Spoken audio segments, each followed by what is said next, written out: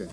So my name is Andy Gilman, and I'm the director of the Agora Foundation, and we produce many programs, as you know. The Ojai Chautauqua is one of those, and we do great book seminars and free seminar series at the library. So I want to welcome you to this conversation and let you know a couple things. The bathrooms are through that door, make a right, and you'll see them down the hall. If there's an emergency for whatever reason, we are going to run out this door right here. And if we say something you don't like and you're going to start throwing vegetables, we're going to run out this door back here as well. So our mission with the Ojai Chautauqua, for anybody who hasn't been here before, is to provide forums where we can have civil discourse on complicated subjects and provide as much objective information as we can. So come on in. The objective information is what's in your hands there, and if there's controversial information around a subject, we try to provide both sides of that, or the many sides. But in general, we want to further the Ojai community conversation through these forums by selecting panelists that are expert in their field and having a informed conversation where they're speaking to each other and we get to participate in that. I want to do something a little differently today than we have done in the past. We've done it once before. Instead of, in this more intimate venue, instead of having note cards on every chair, normally what we would do is we would have a card and a pen on every chair, and I would say, as you hear this conversation, a question might occur to you, please write down your question. We would have people come and go through the aisles and select the questions, and we would pick indicative questions to ask the panel. What I would love you to do instead is, as we get to that phase, which will be about 2/3 or so through this event, I would love you to stand, and if you have a question, raise your hand. But I have some parameters, and I hope that you will adhere to them. One is, as much as I like you, I don't want you just to talk about how you feel or what you think is important. There's other venues for that. So if you have a question, what I would love you to do is state the question clearly and to whom it's for. If it's for everybody, that's fine too. And then give me the right to ask you to sit if you keep wanting to talk. So if you agree to that, I would love to stay in this forum so we don't have the cards. Now, if you were at the presentation at Matilaha with the City of Ventura people about the water situation, that's what we don't want. We don't want people yelling from the audience, even though many of us are upset, etc. So anyway, if we could keep that civil, I would love to just get to that portion. So think about questions as they occur to you, though, during the conversation, and then raise your hand and let's really try this out. I hope that will work. So we need you to make this work. We are a nonprofit. We are funded by a group of generous donors, which are on the back page of your document there. We write grants. We work with other organizations like the Chamber of Commerce and Rotary and things like that. And so the way that we are able to endure is through donations and also revenue from these events. So if you are inclined and you feel this is valuable, I hope you'll consider making a donation to the Ojai Chautauqua. Let me go over this booklet quickly before we get to the conversation. So the way I have the booklet set up is the content summary that's on page 3. This is basically what we're going to talk about today. So you can see the sections of what we're going through and how. You can see there's some enrollment data from Ojai Unified over the years. Then we're going to ask the question, is this development unique to Ojai? You'll see there we look at other school districts and movements within the state. When you get to page 8 and we say, what is the current labor market? Bruce, who's here, who I'm going to introduce in one second, is going to go over that along with other people contributing to it about what are the circumstances of our market here in Ojai, and that's a few pages. And then we get back to some data, page 13. This would be population in Ojai, median age, but then also salary by sector. And then you can see some changes over the years in jobs in Ojai, but then also housing costs. On page 16, this is a search in Trulia today, looking for rentals, just so you can get a sense of what's available and pricing. That's going to come up in our conversation. And you'll see, is affordable housing part of the plan, and that means part of the city plan or the county plan, and we can talk about that. And then finally, we get to the section about Ojai Unified, the new mission statement, the dashboard from the California Department of Education, and then some comparisons between Ojai Unified and other districts in our county. So we'll be touching on these, and the panelists may refer to a page as you go on. So before I get here, the question first would be, why this panel? And so we became very interested in education as one of the key factors of Ojai sustainability, in the same way we look at water, the economy, tourism, et cetera. And we did a panel November 2017, just before the fire, about tourism, and we were that was the first time I personally knew that OUSD was having this decline over those years. And so it never left our mind that this is something we'd want to pay attention to as the whole fabric of the community changes. And so that's what we want to talk about today, that this is something that we should all be paying attention to, whether we have school-aged children or not, or whether they're in public school or not, as a key factor. So that's what we are intending to do, and through 3 general areas. One would be how is the job market here in the Valley? How is it similar or different? What's the housing market like? And then what has the past Ojai Unified performance been as a contributing factor? So with that, I'm going to start in alphabetical order. And I want to say from these panelists, they're never paid. They volunteer their time. They email, they come to a pre-dinner conversation. So they're giving their time to make just a more informed conversation for all of us, and I want to express my gratitude to them. But let me start from on the far left. Gerardo Alcantar is a recent Nordhoff graduate, 2014, but he's a photographer, an administrative assistant working in Ojai, so we want to hear about what's it like to be a young person in Ojai. Johnny Johnston, our mayor. Sophia Moreno is a current sophomore at Nordhoff High School. Tiffany Morris, Ojai Unified School District Superintendent. Was your official start July last year? Okay, since July. Bruce Stensley is the president and CEO of the Economic Development Collaborative. And Eric Wild, real estate broker for Liv Sotheby's and the past president of the Ojai Valley Chamber of Commerce. Thank you for your time.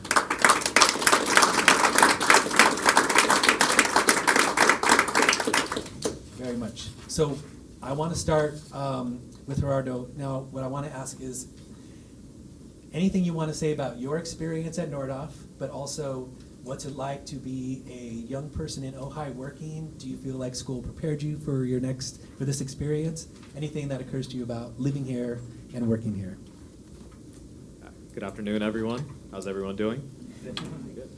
So my name is Gerardo. I am a recent graduate from Nordhoff High School. I graduated 2014, and I would say my experience at Nordhoff was good for the most part. I was able to pursue my passions through graphic design, through creative thinking with the graphic design program there, Studio Arts. So there was enough funding to where I could pursue my passions there.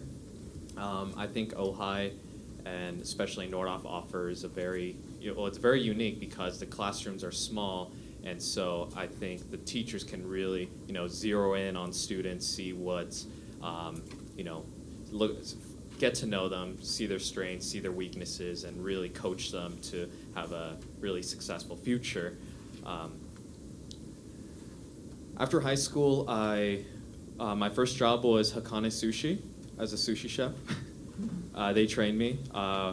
The owner, was he was a very good mentor for me at the time, introducing me into the job market, training me for the future was to come.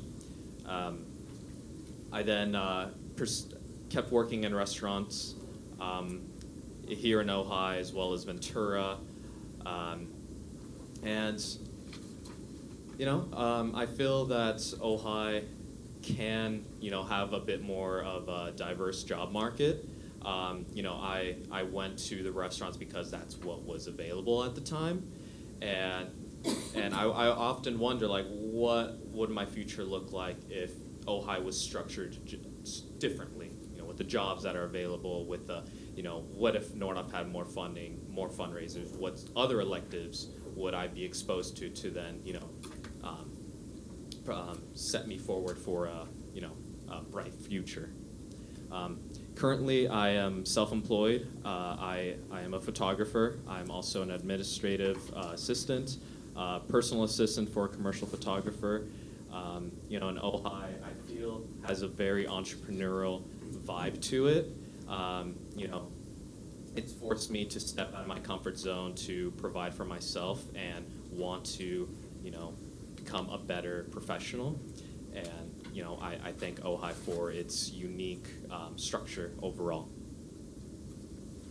Well, let me press you a little bit. Do you feel hopeful, stressed? Are you pessimistic about what's happening here? I'm a bit disappointed in the declining attendance in public schools, and it's a very complex issue, with the jobs that are available here, with housing prices just being so high, and it's tough to raise families here, and that certainly attributes to the declining school rate, and I would love to see the schools just, being a hub for opportunity here. And so, but I'm also very optimistic. I think we are a very unique community. We see each other every day. We can hold each other accountable to, make this a better community for, the young people here, the new families, and also the long-term residents. And then your living situation right now is you live with your mom, right? I do live with my family. And your sister's there too, and she just Yes. graduated. She just graduated from Nordoff 2 years ago. And what is she doing? She is working at the Ojai Olive Oil Company, Uh-huh. and she is also transferring to Northridge University this year. Okay. No, thanks. I appreciate that. Sophia, I want to go to you. So you are in school right now, and I want to give you the same question. Are you hopeful, stressed, or pessimistic about the future? Or none of those, something else? All of them. Yeah, all of them, but I am really stressed about going to college and just having a high GPA, as I'm sure many of my fellow peers are. I've had a really good experience in the Ojai schools. All of my teachers have always been really supportive, and so have my friends.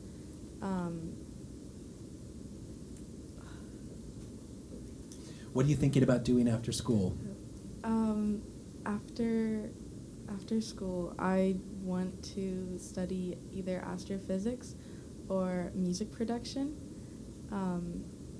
And a lot of the classes at Nordoff have really given me the opportunity to explore my choices, and yeah. Now, if it's okay, I want to ask you something. How many of you were teenagers in Ojai when you had your teenage years? Were you here? Not that many. Okay.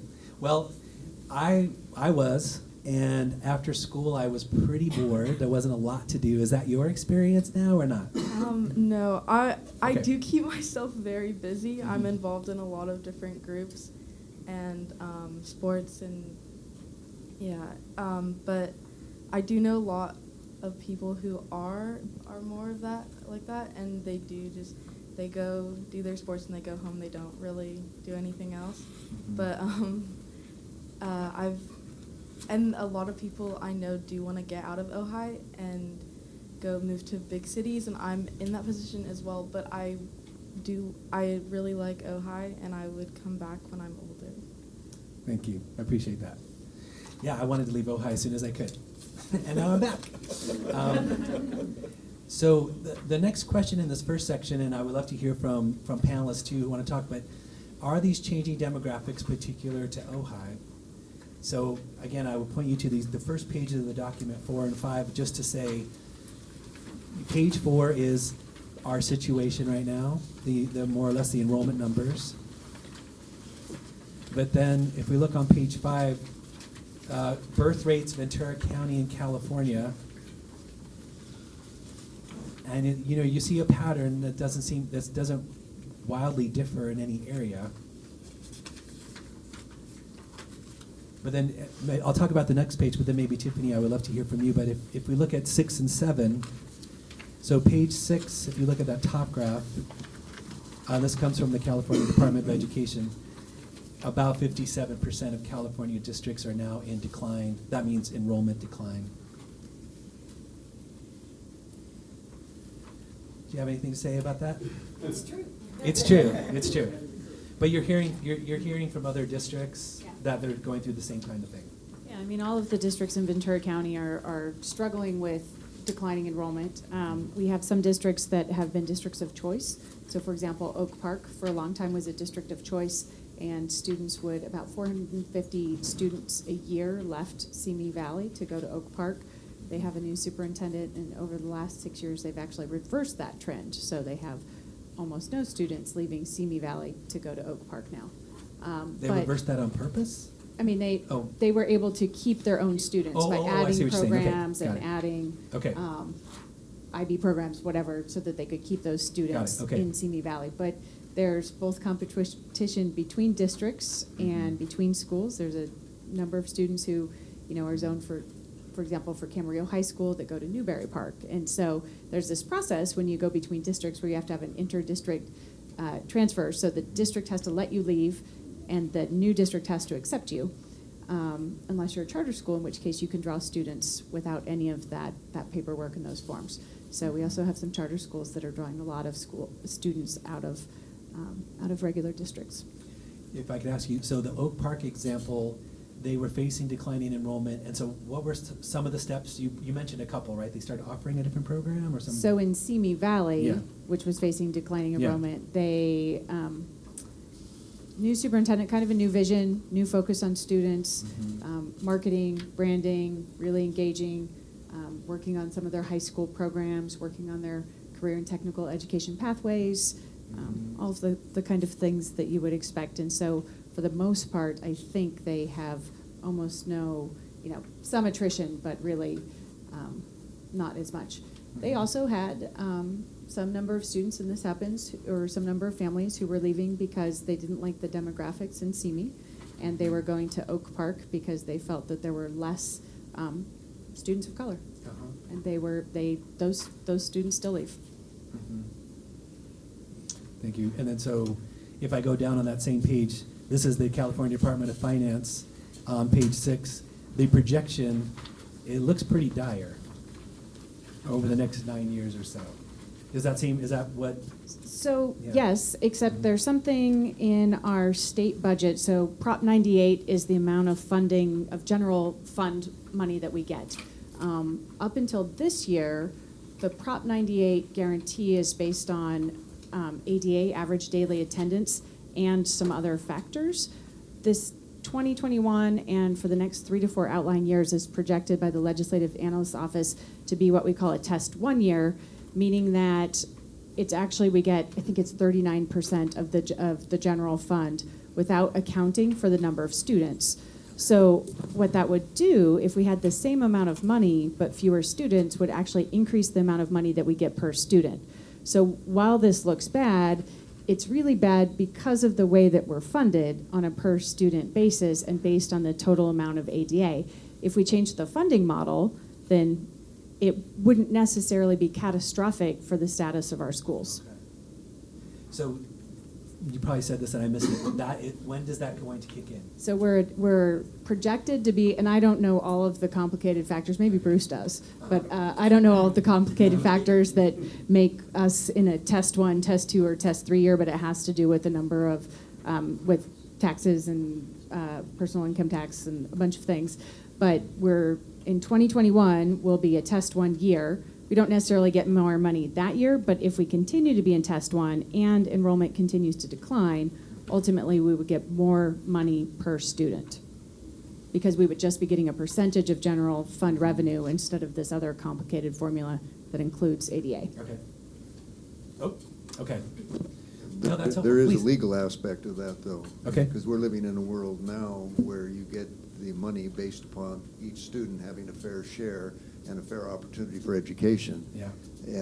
That wasn't always the way it was in California. In Beverly Hills, you had a lot more per student. Yeah. So this is a shift back, trying to find a way to make this all make sense. But I suspect Okay. at some point they will say, wait a minute, you get too much per student. And the inner city or places where they're getting less per student, I think that that is just adds to the complexity of what we're dealing with. Now, correct me if I'm wrong.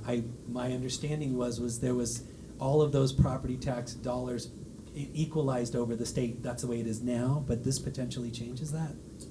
Or No, Okay. not necessarily. Okay, It's okay. it's just a different calculation of the way Okay. that education in general gets their Prop 98 base funding. Okay. So, but we would still, the way in which we districts receive funding would still likely be the same. It would just be more money per student. Okay, okay. Because if you have, however many billions of dollars and you divide it by less students, you would get more money per student. Okay. Was I misunderstanding you, Johnny, the point you were making? Yeah, the point I'm making is Yeah. that the original model was the taxes stayed in the jurisdiction. Yes.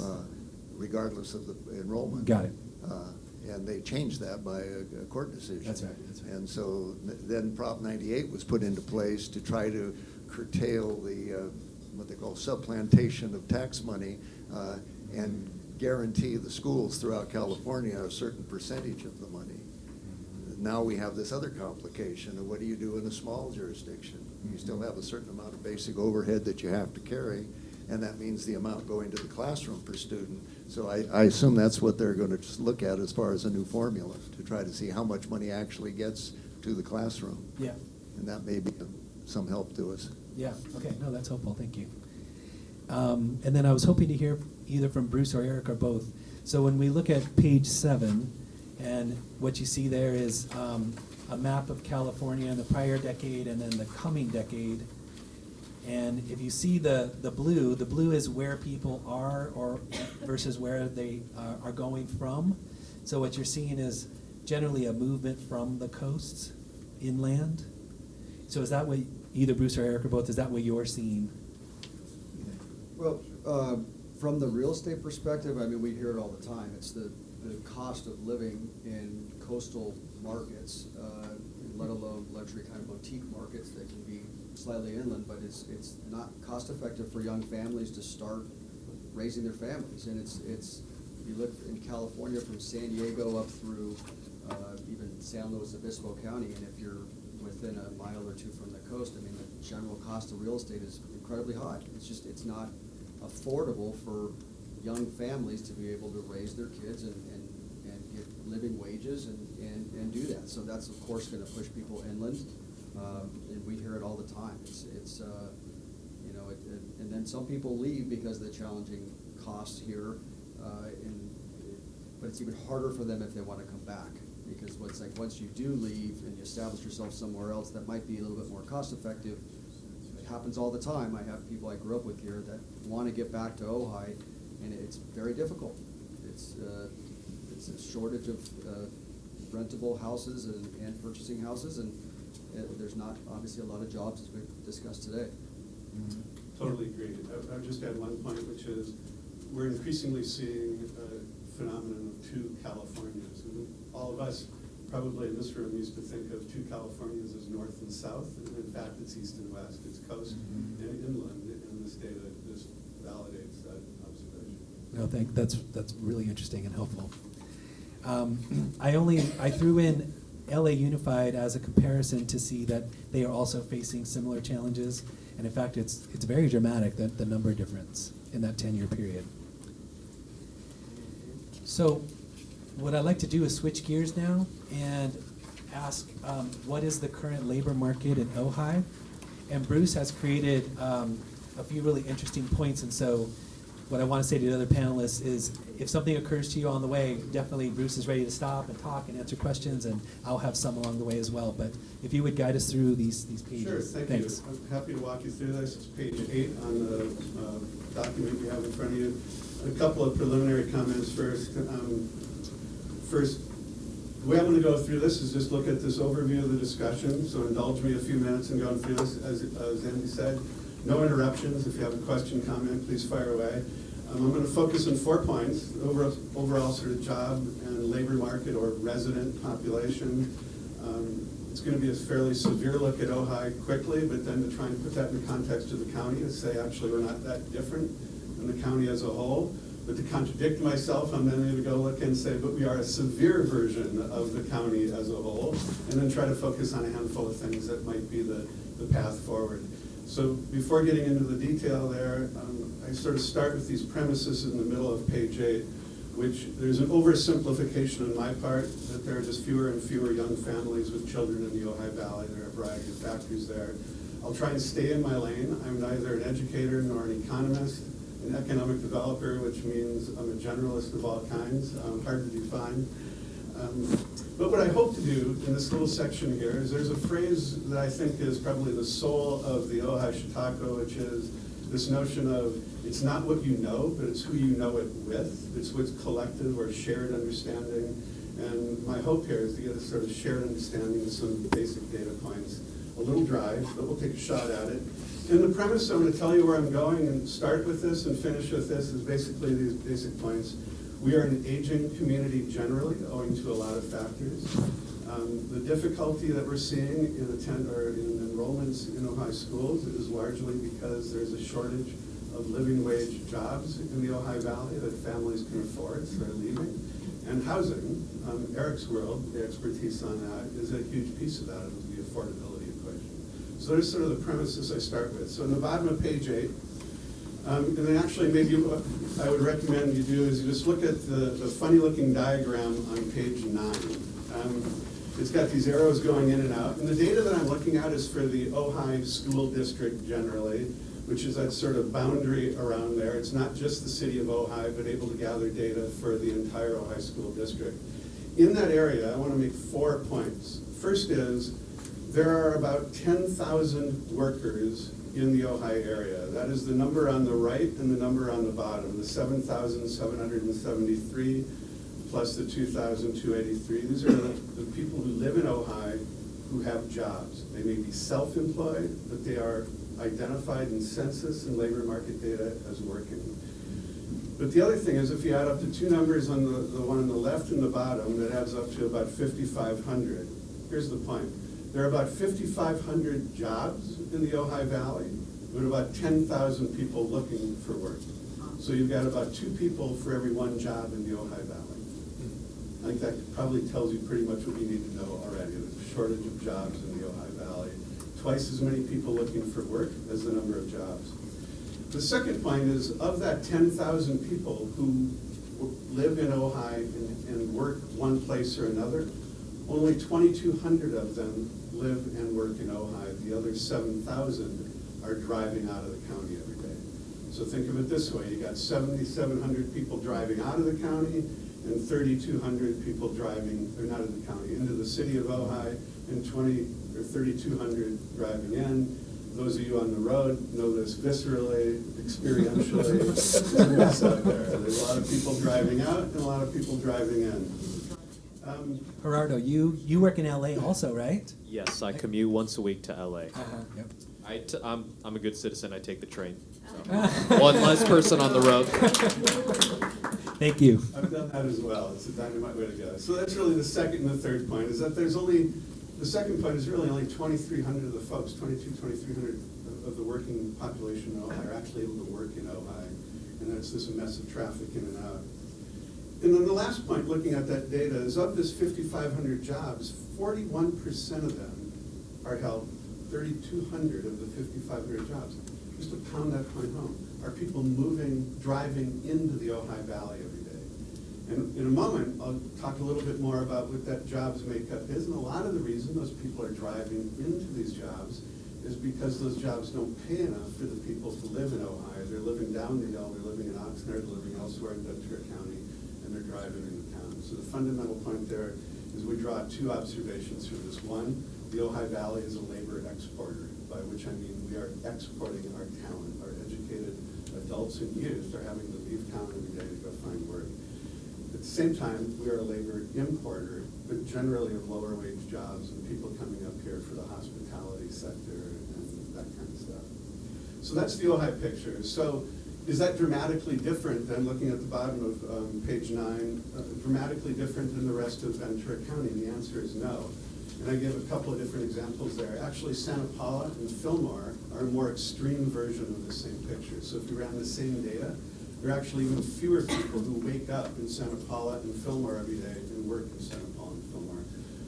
But their virtue is they're a little closer to the job centers in Oxnard and Camarillo and maybe Santa Clarita going east than the people in Ojai. So we're not unique, is what I'm about to say. In fact, Oxnard actually doesn't look much different than us either, with more people living in Oxnard working elsewhere in the county, but again, they've got proximity to jobs and opportunity. There are only 3 cities in Ventura County that retain the primary share of their workers, and that's Ventura, probably because of the government center of the county, as well as the city and other government jobs. The city of Camarillo, which has a big industrial base, and the city of Thousand Oaks, which has a ton of retail, and also it has Amgen and a bunch of firms like that, creating homegrown opportunity.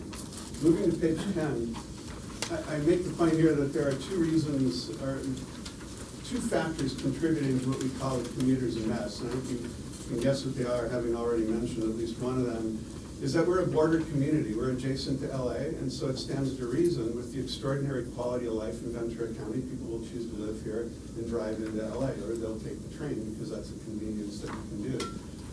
We're a border community. That said, if we're shipping that many of our talented people to work elsewhere, I think this is a problem for a local community. The other is sort of an interesting story, which is Ventura County, for the last 50 or 60 years, and especially over the last 20 years with land use policy, has created a policy that we all believe in, which is tight urban boundaries, communities with distinct identities, and green belts that separate by agriculture and open space the communities, the 9 or 10 cities. The virtue of that is we have kept the identity of the communities. The downside of that relative to travel and concentration of job opportunities is that decentralization means we've got a very messy web of people driving all over back and forth around the county to find their job opportunities. We're not a hub and spokes community. We don't want to be, but I'm saying it does contribute to the mess of commuting craziness. And if you think you can fix that by money, you probably can't, because to fix that kind of a complex web takes more money than public transportation and road building, and we probably don't want to do that. So it's part of the landscape that we live in.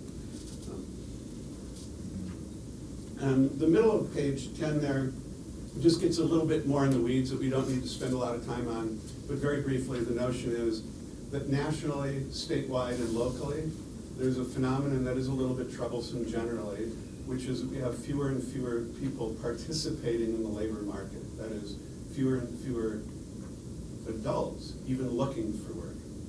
And to put that into raw terms in Ventura County, in the last roughly 10 to 12 years, the county has added about 50,000 people to our gross population. We've added exactly 0 people to the labor market, to the labor force.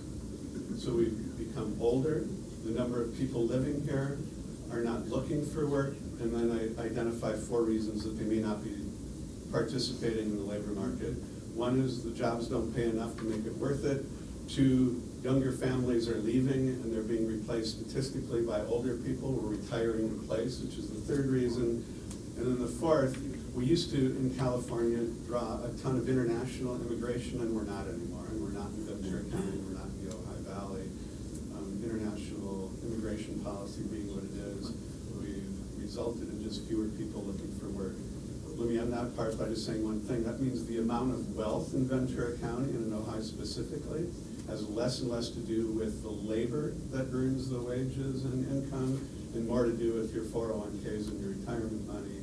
And that's probably not a healthy thing for young people because they haven't built up that sort of capacity of wealth. So let's move through this a little more quickly. So what makes the Ojai condition more severe? A couple of different areas to look at. One is this extraordinary concentration relative to the county as a whole of jobs in hospitality, let's call it food and accommodation, or restaurants and hotels. In Ventura County, the average, or the total is about 13%. In the Ojai Valley region, it's 26%. More than a quarter of our jobs are in food and accommodation. These are not living wage jobs. They're great jobs relative to the amenities of us living in the community that want to enjoy all that stuff, but they're not necessarily living wage jobs. The other one is about 17% of our jobs are in education versus 9% average elsewhere. And while education is a huge asset and a value, again, and Tiffany is more knowledgeable on this, not all those jobs pay living wages either, and that is a problem. And just to clarify, that's public and private, I presume? Combination. Okay. And the reason we're concentrated there is it's the concentration of private schools. The volume of jobs in public education is probably pretty normative across all regions in California. There might be some variation, but it's our private schools in Ohio that create that density. So that's almost half of the jobs. It's 40-some% of the jobs in the Ojai Valley are in 2 industry sectors. What we draw from that is that we have a complete lack of diversity in job opportunities that Gerardo and Sophia would be looking for, and young people would be looking for generally. Can I just pause there? Johnny, is what Bruce is saying, does that resonate with your experience, what's happening in Ojai or in the Valley also? Yes, I think that there's a lot more to it, and not just the city of Ojai. Yes. But the issues that we're facing are, someone once told me there's a difference between a predicament and a problem. And they defined a problem as something that there is a solution to. A predicament, such as life, if that were a problem, then the answer is death.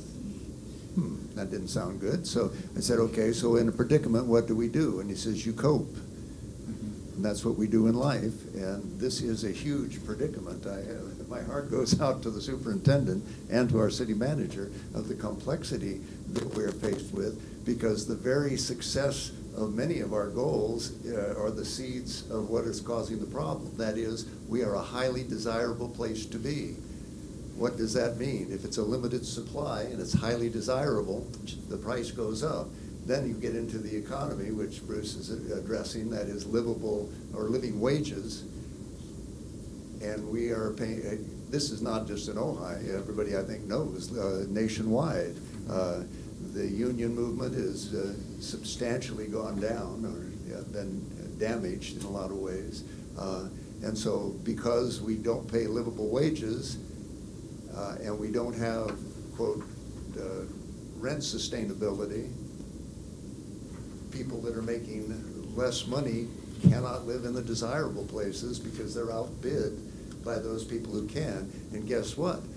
Most of the people who can are people in midlife, in the tech industry, or retired, and that doesn't leave a lot of room for the kids. And then with the families that are now, you know, I walk a lot in this town, and I see more people with dogs than with children.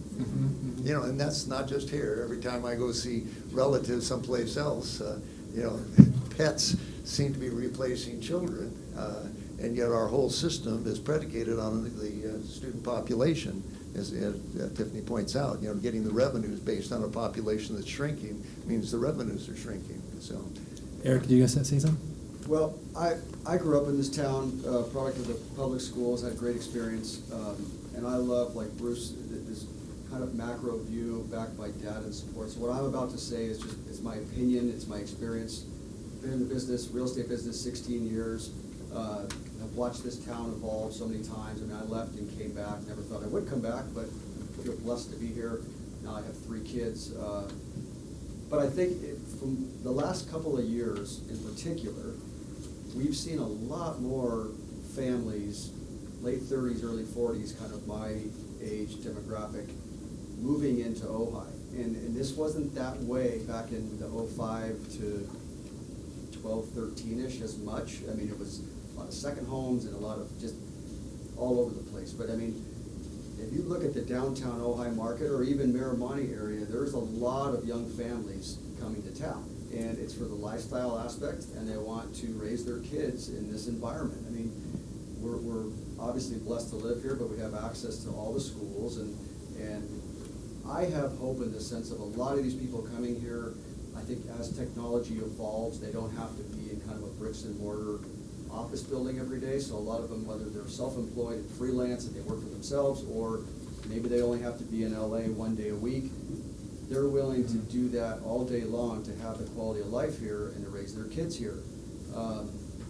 My challenge is I met Tiffany just the other day, and I've heard amazing things about her, but after leaving our short meeting, I went home and told my wife, I'm like, I'm fired up. Like, she is awesome, and you can tell she's passionate. And I fell into this, and I told her my kids are now at San Antonio, even though we live next to Topa, but we just love the quaintness of the school. But before that, my daughter, who's now in 3rd grade, we started her in private. As my wife and I both were a product of public schools, had great experiences, but as we were about to put her in the kindergarten, we Googled, you know, Ojai school ratings, and we like flabbergasted at how poorly the ratings were.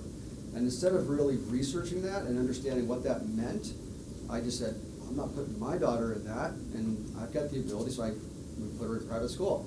And we had a great experience with that, but it wasn't the lifestyle we were accustomed to. And as now having 3 kids, there's no way financially we're gonna have 3 kids in private school.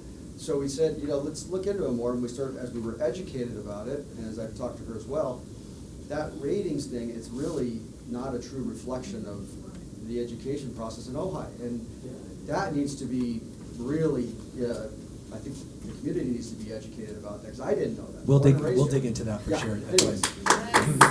Let me ask you one question though. So you have said that you see families coming here with kids, but then we see that the OUSD enrollment continues. So are they going to private school? That's probably, I mean, I definitely hear from a lot of them, they see whatever, Monica Ross or whatever, and it's this, cute little, it is, it's a great school. But I think they too, if you look online, I hear it all the time, and especially the last couple of years, the ratings we have for our schools are not good. I mean, and it's, so as a parent, if you have the financial ability to send your kid to one of these amazing private schools we do have, that's what they're doing. But as I'm telling you, I mean, we've had an amazing experience at San Antonio, and the teachers are awesome, and it's, but yeah, so we see a lot of really young kids, I mean, my block in particular, it's so funny. Before kindergarten, you mean? Yes, Yeah, okay. yeah, and, but there is like, my street is dominated by families now, where we bought the house in 2011, we were the only family within at least 2 blocks in downtown, and now there's like, every house that's sold over the last literally 2 years has been kids with families. That's good to hear. So, I mean, that's a micro view of it, but I do think it's legitimate. I think people are coming up here to raise their kids, the lifestyle aspect, but we just need to educate them. So the graph that's showing median age, or the age groups, if that trend continues, we should see that change, even if OUSD enrollment doesn't change. It should be counting that, but anyway, yeah. So please continue. Why don't we do this? On page 11, instead of giving you the brutal misery of the other reasons Ventura County is a difficult place, affordability gap is high, cost of living is high. Leave just one thought there. All the data that we can look at suggests that anywhere in Ventura County, in Ojai in particular, the self-sufficiency income for a family, 2-parent family with 2 kids, is about $81,000 to $82,000. So that's 2 jobs at $40,000 a pop, which is at least 20 to 22 bucks an hour. These are not the prevalent jobs in the region, so that's what we know. So let's talk about strengths. So what's the way out of this? Beginning on the middle or bottom of page 11, very quickly, if you want a strategy forward, it's not looking at the weaknesses, it's looking at strengths. That's sort of an obvious point.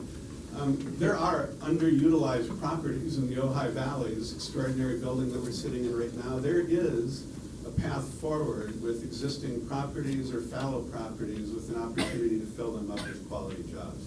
There's no easy path to do that, but that's one barrier we don't have. The second is we have an incredibly highly educated population. Working age population in Ojai Valley, 51% have a college degree versus about 30 to 33% state and county average. There's a lot of talent in the valley, and unfortunately it's driving out of town for jobs. The third is third and fourth, there is an emergent sector, subsector of entrepreneurship in the Ojai Valley. There are creative people here. Smart people want to come here because of the quality of life and all the things that Eric just mentioned, and they're finding a way to do things, and they're creating jobs. We're talking about water management, ag tech, go on and on. The share of self-employed people in the Ojai Valley is higher than the average place in Ventura County, in the state or the nation. There is a ton of self-starting entrepreneurship, innovation, talent in the region. While you could talk about drought and fire as a problem, it also is a motivating factor for all sorts of community engagement, strategic thinking, moving along. There's a ton of talent here in the valley, generally. Finally, on the last page, if we're going to find more families here, and they're going to be in the public schools, they're going to be looking for the kind of living wage jobs that pay for that. So most jobs in any labor market in America are actually started in 2 ways. One, it's entrepreneurship, or the growth and expansion of existing businesses. no more than 1 or 2%, on the extreme 4% of any new jobs in a region are the result of attracting people from out of the region to move in. So the notion that we're just going to go out and put up a big sign and say, come to Ojai, build your business here, the idea would be people will do that, but will only find success is if they hire our kids and people living here. Here's the worst case scenario. People move here to start businesses and then hire people that have to move here, buy the houses here, frankly making it worse, to be extreme for a moment, which puts the premium on the subject matter of the day, which is really about the investment in quality education and the creation of opportunity and pathways for kids to find skills and find ways to be part of that entrepreneurship, part of that growth economy. So even though we're talking economic data about bringing businesses to the region, what we're talking about is educating and creating the talent in our own labor force. That's the difference maker. I'll leave it at that. Okay. Go ahead. Bruce, you and I talked the other day. I feel like there are, housing prices are kind of what housing prices are. But for young families, that preschool and daycare costs can be significant. So is there a way forward in looking at free or reduced cost early childhood education that then allows you essentially to afford a house in this market? Yeah, so if we were to disaggregate, excuse the term, as if I know what that means, the data on cost of living in the Ojai Valley, first thing we talk about is housing, and we see in the packet here, if you look through it, some really high prices for rents, et cetera. The cost of childcare for 2 kids under the age of 5 is about the equivalent of cost of housing. So if we were able to find a way, not just to subsidize childcare for low-income families, and when I say just, that's an embarrassing comment, that's an absolute, but to find a way to create capacity for early child education across the board, we've probably eliminated the easiest factor within all of those. So the Ventura County Community Foundation is looking at strategies of trying to create universal early education in Ventura County. A lot of smart people working on this. There's a huge way to go. The governor talks about it, but it's not really moved beyond talk. I'll leave that one Well, to you. he talks about it and he puts one-time money into it, which is not a way to build a program because you can't hire anyone with one-time money because it goes away next year. So yes, there's money, but it's not really useful in a sustainable way. Go ahead. We get a lot of, we list a piece of land for sale at Ojai. Oftentimes we'll get calls from developers. How many units can we get on it? How can we subdivide this 20 acres into, we laugh in our head because we know don't even try it. It's not going to happen. And we're thankful for that. We don't want that either. I mean, we're limited resources. It's the ingress, egress we have traffic issues. Density is a challenge, which also plays into the affordable housing aspect because it's not only that, when you have a town that really has a lot of that not in my backyard thing, it seems like every time there's a spot identified as a potential, everybody around there gets all up in arms and they don't want to see it. But in talking to developers who have developed in Ojai, the cost of construction today, even from 10 years ago, it is not financially cost effective or feasible for a lot of them, even if they incorporate some affordable units into the development, to get any density they need to make it make sense for them. For general developers, they can't do it. It's too expensive to buy the land and to build. So I think that leaves more like I think Cabrillo they do a lot of affordable housing development. But it's challenging. Unless the land is, I think, donated or given to them, it's tough for the cost aspect of it. Before we go on to housing particularly, Johnny, this might be a question for you. So I have this perception, but I want to check it. One part of my perception is that the chamber and the city with the OTID and other efforts with the inn created more tourism than we had in the past, and that created more jobs and more industry, but in that sector that we've been talking about. So we've become more attractive as a tourist destination. But then on the flip side, that I think it must be different for each business, and I'm going to use this building as an example.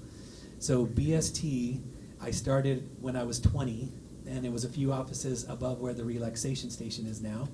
And it expanded to all those offices and then to the Herb Garden, and then all these locations across town. And then this building was built, I think, 95, if I remember correctly.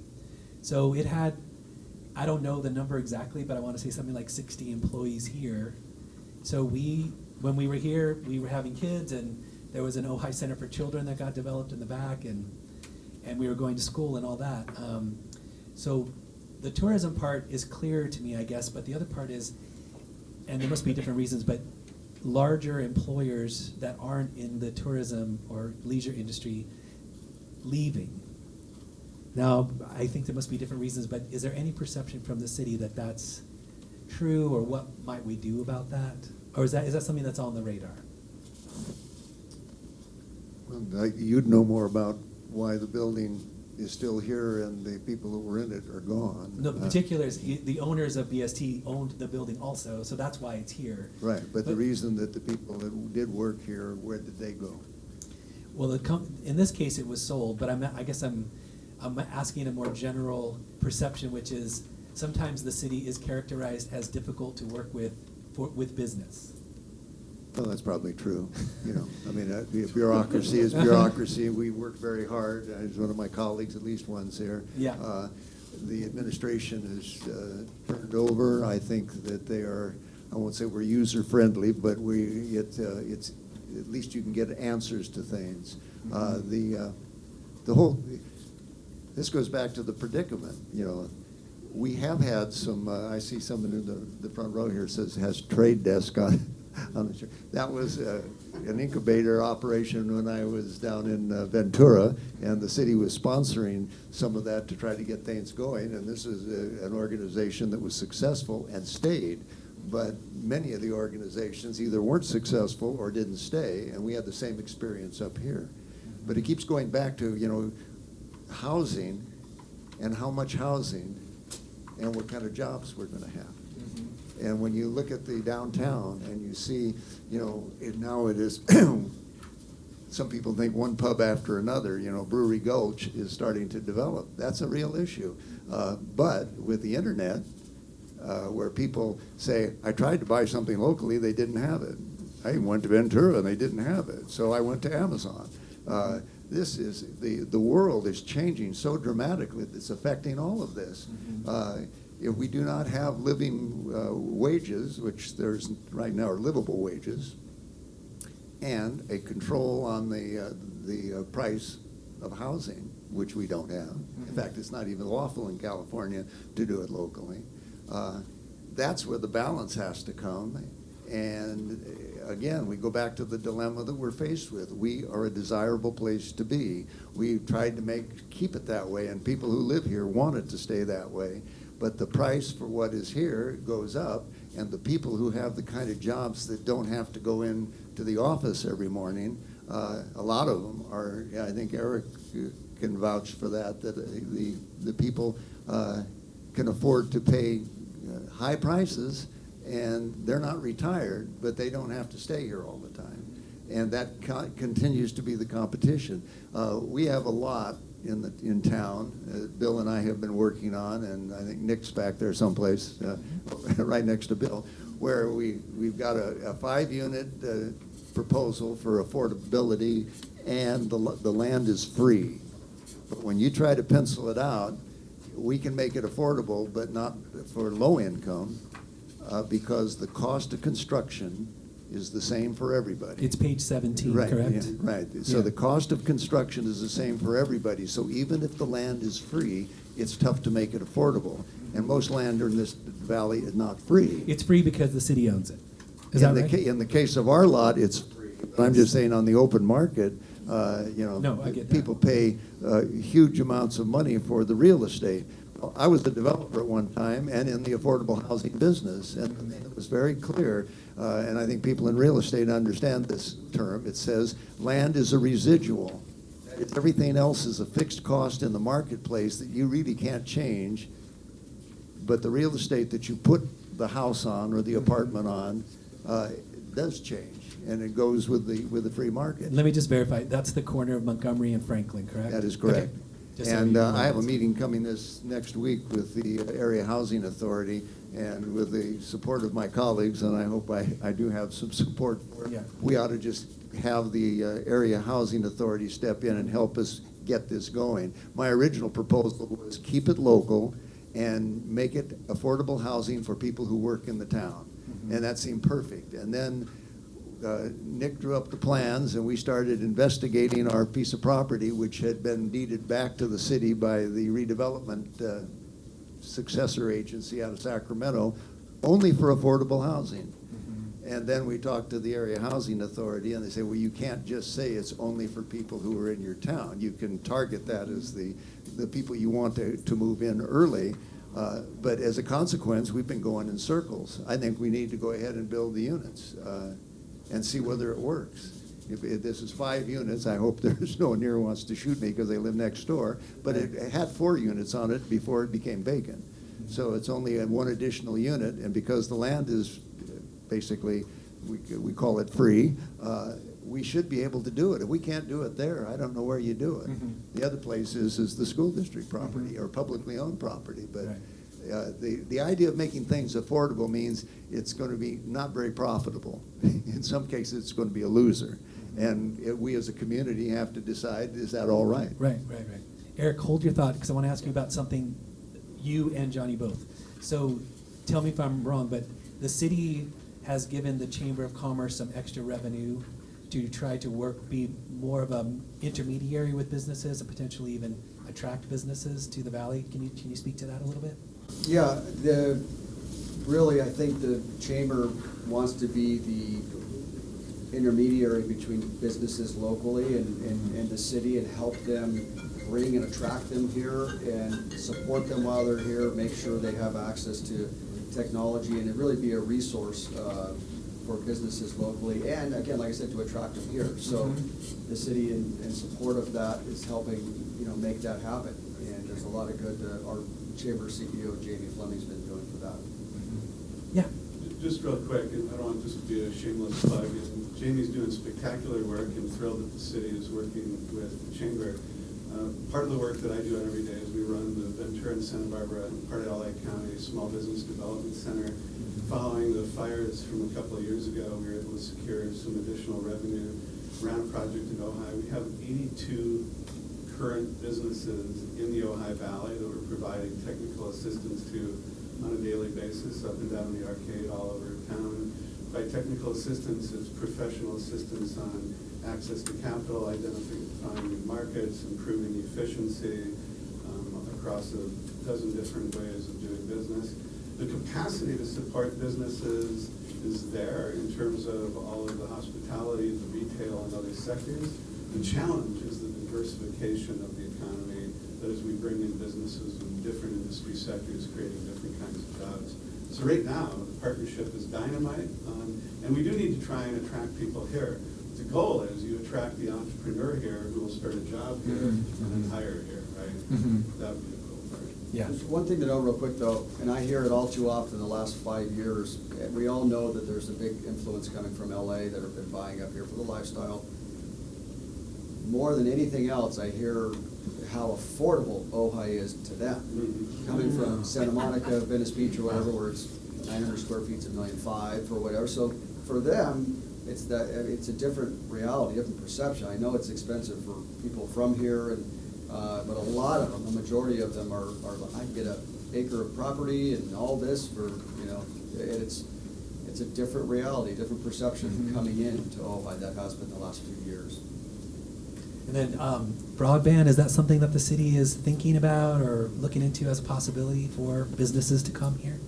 Well, the chamber is working on that Yeah. with the city, and Bill Wyrick has been a major proponent of that. Yeah. How likely does it seem that it will come to pass? Well, I think eventually it will happen, but Bill would be better positioned Well, to. there's a partnership with EDC as well. Okay. With Bruce, so, Chamber and EDC. Okay. 'Cause that seems critical for some kinds of businesses that we would want, right? It isn't immediately on the horizon, but there are a couple of success stories that we can point to up and down the Central Coast. Some of the South San Luis Obispo County region, for example, Grover Beach in that area has been very successful in influencing. So the pushback that we get from the AT&Ts and the world to say, market forces will come when it's profitable. Well, it'll never happen, and it's not going to be profitable, but we have to influence what they define as market forces.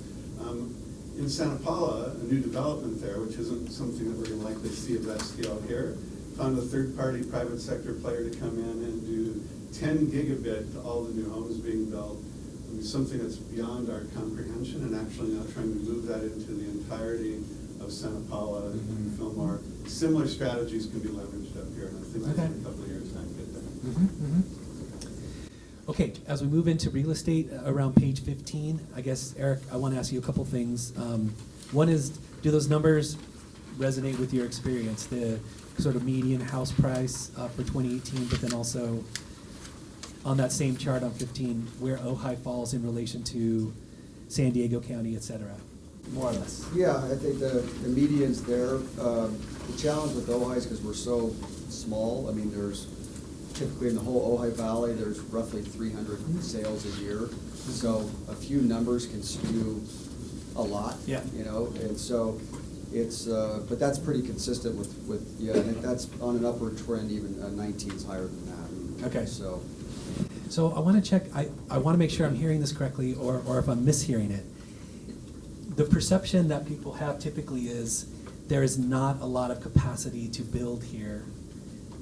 But as Bruce pointed out, you can drive by and see that there are vacant lots, like by Seafresh and places like that. So I guess, what are the barriers to building, this might be for Johnny too, but what are the barriers to development in those places? Most on the corridor, Ohio Avenue corridor, are commercially zoned. Yeah. So you can't develop residential on Okay. those.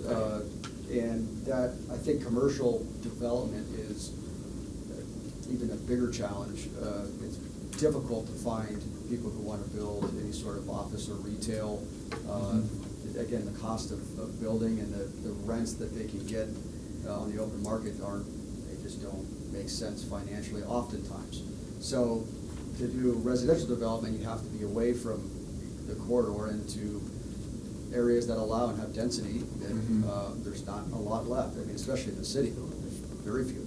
Now, what if you said, what if hypothetically you just changed the zoning, right? And you said, I'm going to call in some people in just a second. So you said, across from Seafresh, you had, retail or whatever on the bottom story, and then you had apartments on the top. I mean, what's the process for having that occur?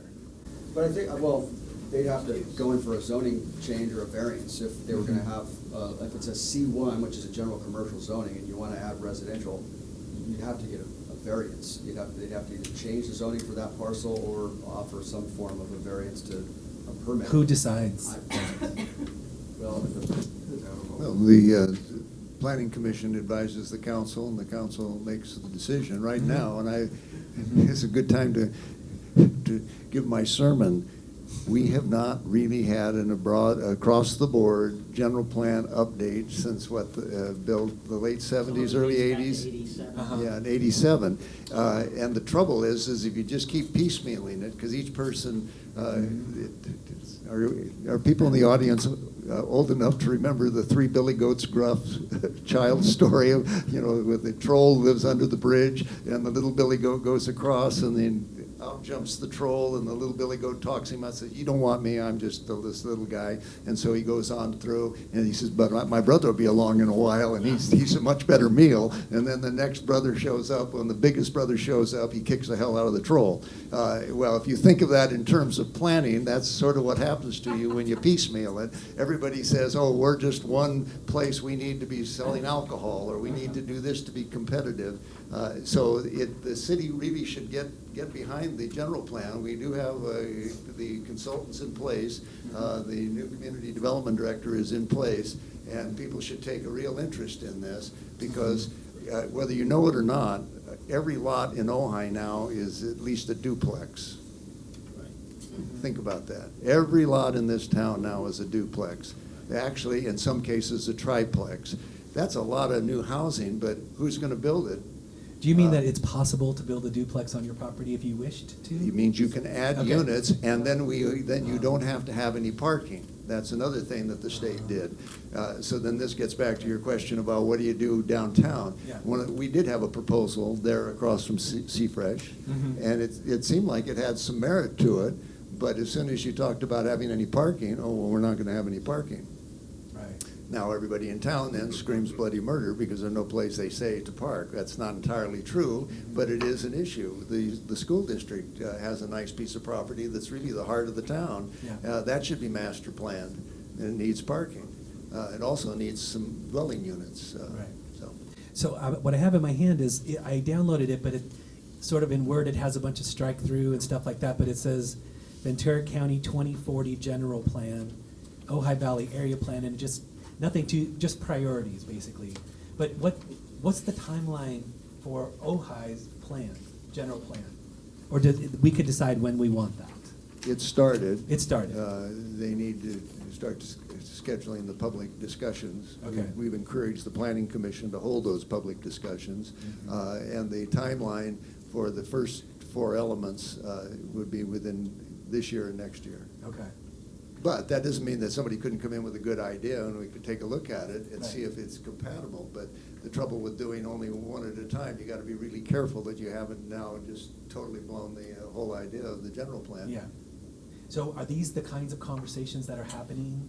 Or will these be the kind of conversations where we look at who do we want to be, how will we be sustainable, and so on? Right. Okay. You know, for 4.34 square miles. Right. No, You know, I understand. You're It's right. small. And in people comparison to value. refer to us as the hole in the donut after the Thomas fire. Yeah, yeah. I was thinking about the other day, now, we're just one of the holes in Swiss cheese in this valley. Right. Because the population outside the city is larger than the population inside the city, as Yeah. is the land area. Okay. So what I'm talking about is only for that small area in the center. I understand. Right. No, that's important. Were you going to say something? No. I was, and then I thought maybe I shouldn't say it, Oh. but since you brought it up twice, I'll just talk about the district office property. We had 3 proposals. We issued an RFP a year ago on February 15th, before I got here, obviously. And we had 3 developers, and essentially it costs us at least $2 million to move off of that property. So 2 of the 3 proposals didn't provide enough funding for us to move, to make it reasonable, because we don't have an excess of reserve funds to be able to make that happen without, hurting our programs. So we have 1 developer that is still available, that we've been working with. We had a joint city council meeting, the school board and the city council did. And then I am not an expert in commercial real estate development, and so we have a consultant who's been working with that group to make sure that to see if they really can do it. And if it's a massive project, right, $110 million plus. So working on a pro forma, proof of funds, and then at that point, it'll come back to the school board, probably in March, for a vote on whether or not we issue an exclusive right to negotiate. At that point, they would start talking to the city and looking at the zoning and all of those kinds of things. So that's out there. It's just in process, but it's kind of a long process. Mm-hmm. Is there any thought, or maybe you haven't gotten this far, if the district were to move away from downtown, where it would go? Yeah, so there's lots of thoughts about that. Great. Got it. I can't share yet.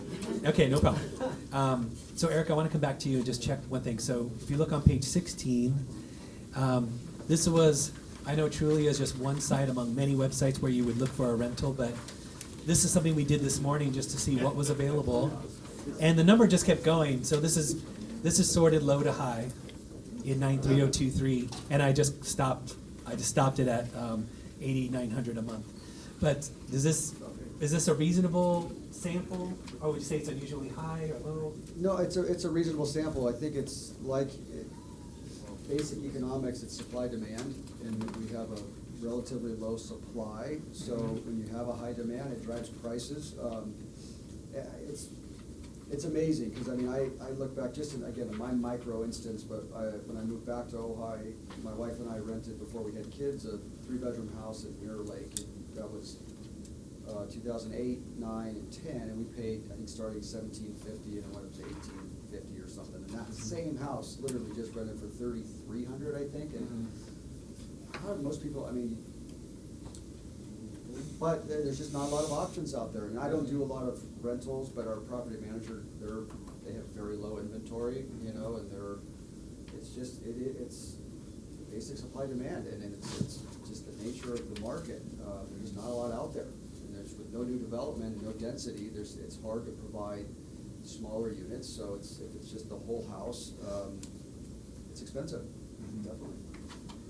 I wasn't gonna ask this, but it just occurred to me, and I'm not trying to throw you under the bus in any way by asking this, but, you know, 2 years ago, we had this whole conversation about the short-term rentals and that they're no longer allowed in the city and in the valley.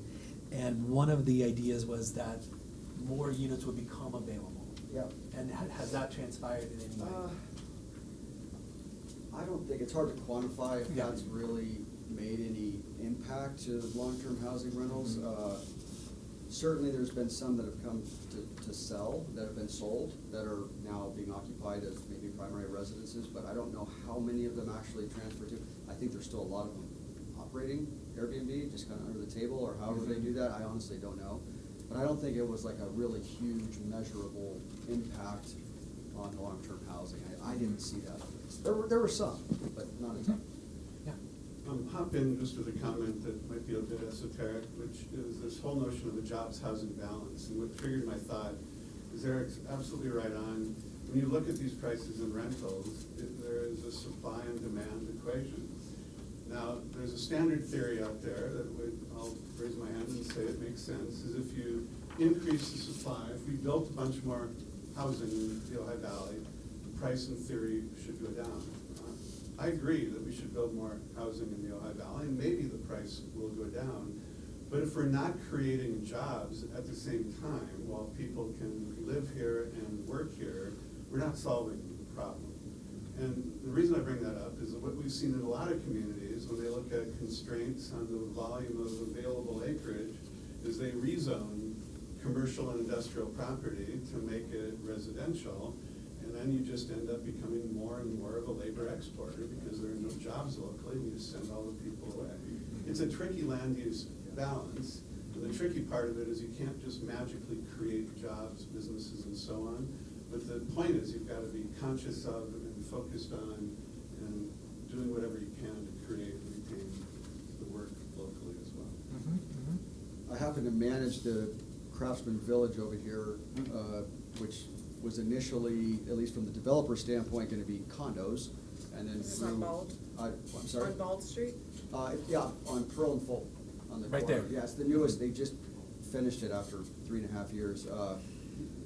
And it, you know, for them, the cost of building that put them in a position as, I mean, they're investors, they're for-profit, this is not affordable housing.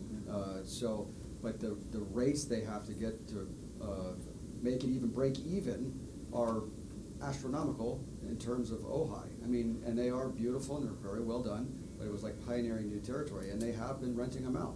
But they are live-work units. There is a commercial component to all of the units on Pearl and Fulton side. There's only one unit that doesn't have a commercial aspect. And I mean, I guess surprised, we have 2 of them rented recently that are using the commercial offices for their private office, and that's nice, but I mean, the vast majority of the calls I get are people just looking for pure residential. They don't have any need for the work aspect. So we were really curious because there's not a lot of that here. So I think it, you know, may grow over time, but maybe because it's so new, there's just, people haven't really thought of it. But we didn't get hugely great feedback on the live component of it. I mean, the work component of it, sorry. Okay, Andy? yes, I know that Sophia has to leave early. I know. Okay. She told me. I was gonna ask if there's anything you wanted to. No, I was trying to get her to do a mic drop on the way out and storm out in anger, but she's too nice to do that. So leave whenever you want. Yeah, thanks for being here. Anything you want to say in closing, or? No, there's just so many topics that I'm not too knowledgeable on. Yeah. So. Astrophysics, is that what you said? Yeah. Can she just tell us, because she said she's involved in a lot of other things. Yeah. Can you just maybe say Sure, what yeah, those are? that'd be great. So, at Nordhoff, I'm involved with the Student Advisory Council, so I'm the sophomore representative, and it's a new thing, and we've been just trying to